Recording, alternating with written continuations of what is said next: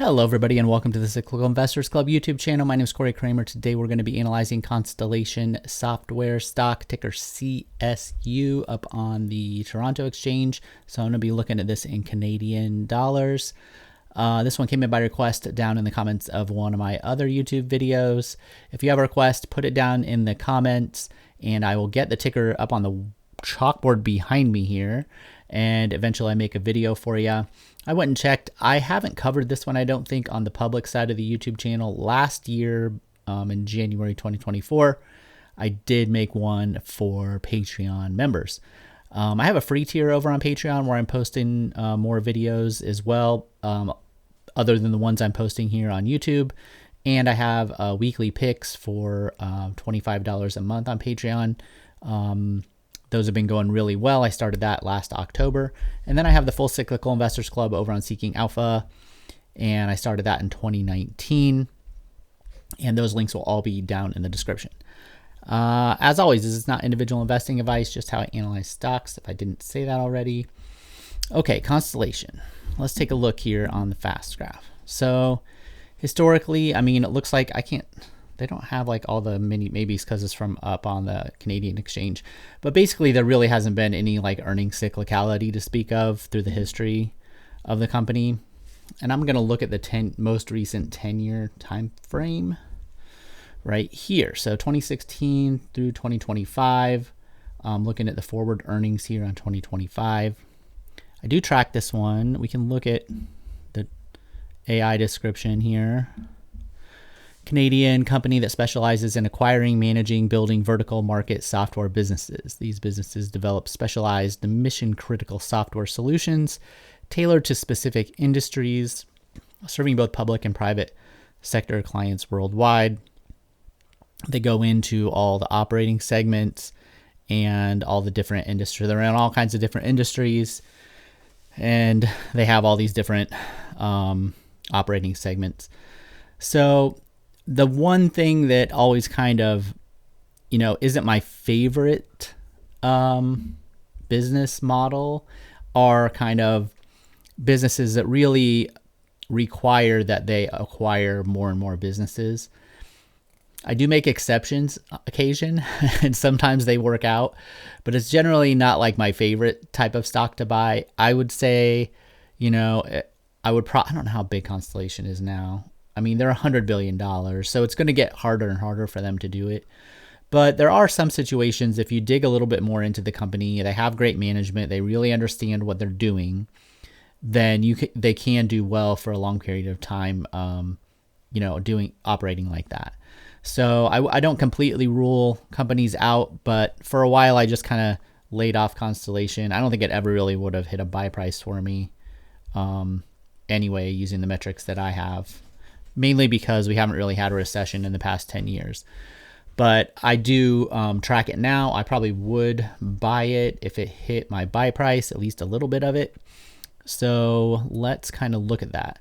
So we don't really, I guess we have 1 year where earnings barely fell in Canadian, on the Canadian dollar terms. It might have been a little worse on US dollar terms, but basically so far it hasn't been very cyclical. Great earnings growth. Fast graph shows 19.5% earnings growth. I think I'm going to use 17 and I'll look at it in a second, but it's like 17 to 18, probably because I count this negative year, and fast graphs measures from point to point over this 10-year period. And then I don't know if they bought back any shares. I didn't double check that this time, but if they did, I would also have that. That would also lower the growth rate just a little bit. But if you look at this year, last 17% is right where they're at. So I think my estimate is probably honestly optimistic, given they're a $100 billion company.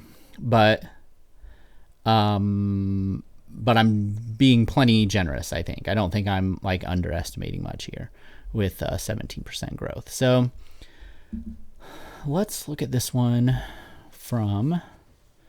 So the good thing is my normal valuation method and the recession method that you've heard me talk about lately quite a bit are the same. I basically based it on this 2020 drawdown.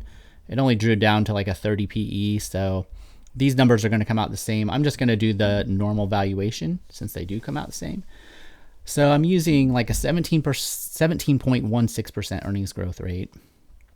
They have a tiny bit of debt compared. So I only adjust, like 4%. The enterprise value, total enterprise value is only 4% higher than the market cap. So I do adjust the stock price up 4% for valuation purposes, but that's not really meaningful in this case. One thing I will note is I just updated these earnings expectations for this year before I made this video, and they did come down a little bit. They were expected to earn a few dollars more the last time I updated it in January.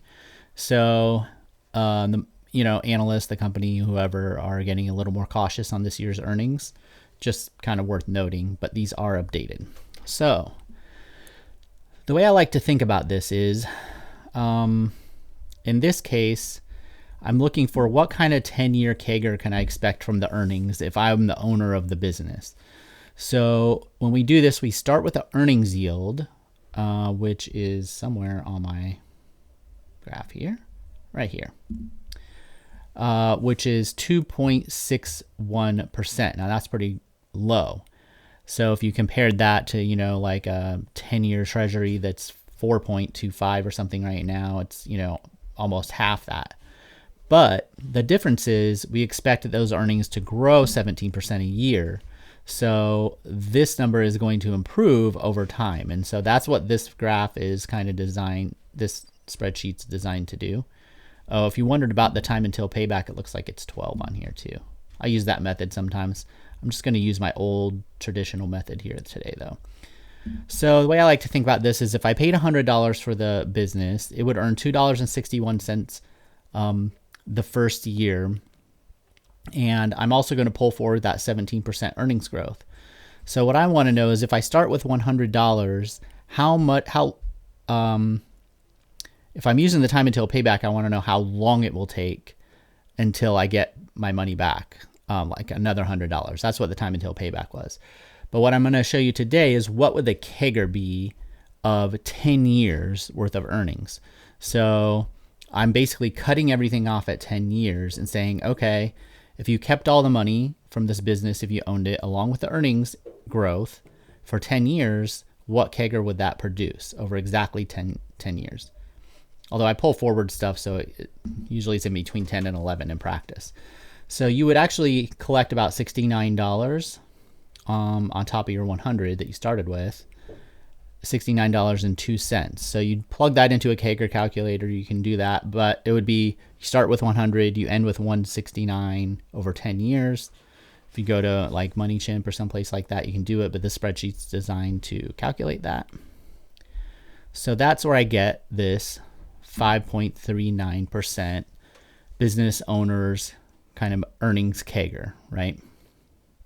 So you can take this and compare it to other investment opportunities in the market.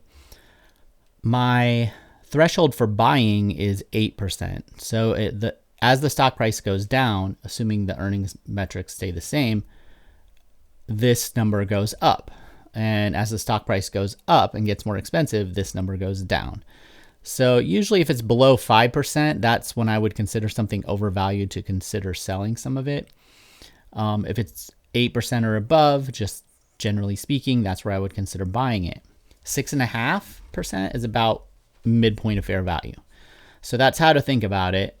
The rest of the S&P 500, this isn't in the S&P 500, but compared to it, this is roughly where it's at right now. So, I mean, it's in the same ballpark.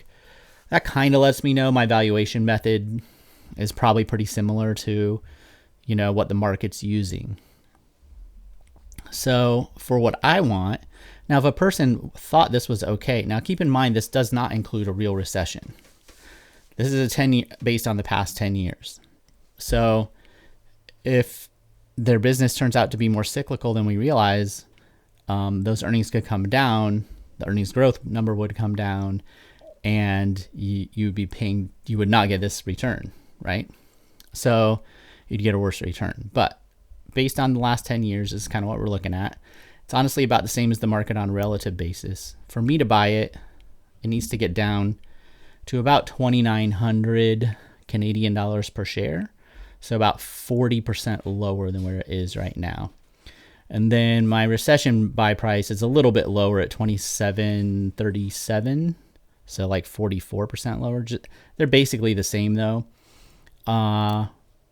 And what would happen probably is, now as earnings expectations fall, this buy price falls, okay? This one will mostly stay the same. So I doubt, if I'm still using the 2020 drawdown as my baseline, even if earnings went negative this year or something, or next year, I'd probably be buying by the time we got to like $2,500 a share, at least buying a little bit. Given their size, I probably wouldn't get too excited. I doubt they can keep growing 17% for 10 years. So these are pretty generous. Nevertheless, it kind of depends on, like, this would be one of those borderline calls. It would depend on how much cash I have, what it looks like the market's doing, how their business is performing relative to that, what other opportunities I see in the market. If there's a smaller business that has more growth potential that's trading at a bigger discount, I might put my money there before I put it here. But, it's kind of like buying one of the big tech companies. I just bought Google recently, a small position. They're a gigantic company, but they could still maybe grow at, low 10% to 13% a year or something like that. And that'd be a pretty good business. So it might be one of those things where, yeah, they're big, but maybe they can still grow and they have a quality business. So putting a little bit of money in there, if you can buy it at a good price, isn't such a bad thing. So those are my thoughts on it. 2,900 is where I would aim now, down to like 2,500 maybe if things get sketchier and we have a recession. And that's kind of the range I would be looking to buy. Okay, if you found this video useful, hit the like and subscribe button. You have a request, put it down in the comments. I'm going to go through tonight, I think, and we'll see what time it is. Yeah, and I'll probably if I don't do it tonight, I'll do it tomorrow. If I haven't replied to requests that I've had the past couple days, I'll get back to you, get those up on the chalkboard. And once I get them up there, I'll let you know that they're up there.